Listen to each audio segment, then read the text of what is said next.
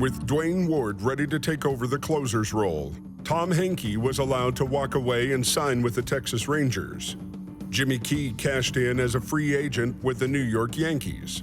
David Cone opted to join the Royals. And Kelly Gruber was traded to the California Angels, where he lasted only 18 games before injuries ended his career. That left Gillick with two huge decisions to make. Joe Carter, who loved life in his hometown Kansas City, was leaning hard towards signing there. Just 5 weeks after winning the World Series, Pat Gillick announced to shocked Blue Jays fans that the team would not be re-signing Dave Winfield. He came ready with a pretty good alternative: Paul Molitor.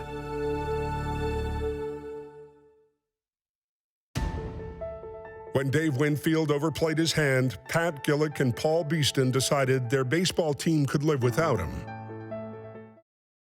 Where Paul Molitor had enjoyed a spectacular career with the Brewers. The only thing missing, a World Series ring. It was the first time I ever had a free agency opportunity, and I really thought all along that the Brewers were going to want me back at some point. I had been there 15 years. At that point, he's a better hitter than Dave Winfield, so they upgraded. Molitor couldn't have fully understood the symbolic value of moving to Toronto full-time, since only one other player had ever done it before, Rick Bossetti in 1979. Went to the right place and fit in exceptionally well. In 1992, it was Jack Morris who arrived with a reputation for being able to win the big one.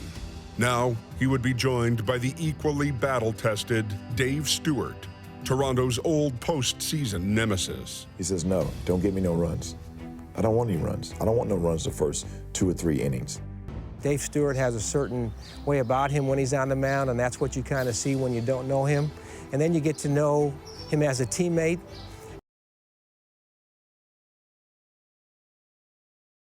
And you know, he was all business. He was all business. Undergoing surgery for a life-threatening brain aneurysm while playing at Washington State University. In an effort to find that missing magic, Pat Gillick looked to a familiar face. Tony Fernandez arrived just in time to watch his manager and 7 of his new teammates take the field for the All-Star game. Yes, both the Jays and the Phillies were trying to make a deadline deal for Randy Johnson. Who knows how history might have changed if either team had succeeded. At the trade deadline, Pat Gillick announced his final deal of 1993, a trade for the one-time Jay killer, the all-time stolen base leader, and future Hall of Famer, Rickey Henderson. Ricky loved to play baseball, and he loved to win. The 1 year on his team, you realize he's just doing that because he wants to be an entertainer more than anything.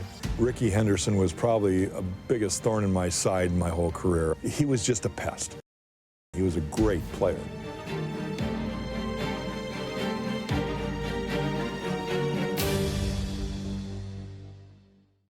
The Phillies finished last in their division, a full 26 games off the lead. The Phillies are coming to town, and, you know, we Nails in center field. He was a tough, hard-nosed guy. Lenny was hands down the smartest baseball player I ever played with. Darren Dalton, for me, was the best player on the team. They gave us absolutely no chance of winning. 3 players from the same team finished a season as the top 3 hitters in the American League. The series' first game sent 2 staff aces against one another, Juan Guzman and Curt Schilling. They came right back and tied that series up, but that's what you expected from 2 teams. With the series tied, the scene shifted to Philadelphia, the city of brotherly love.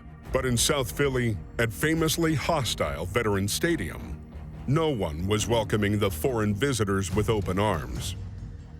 It was like a boxing ring, and it was very imposing.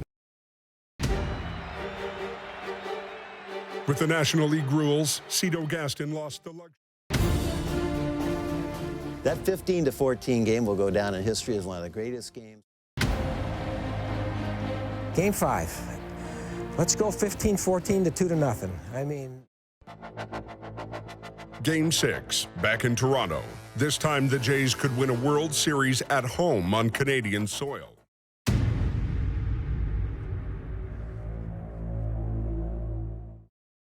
Have that feeling, have that shared, made that celebration really special for me.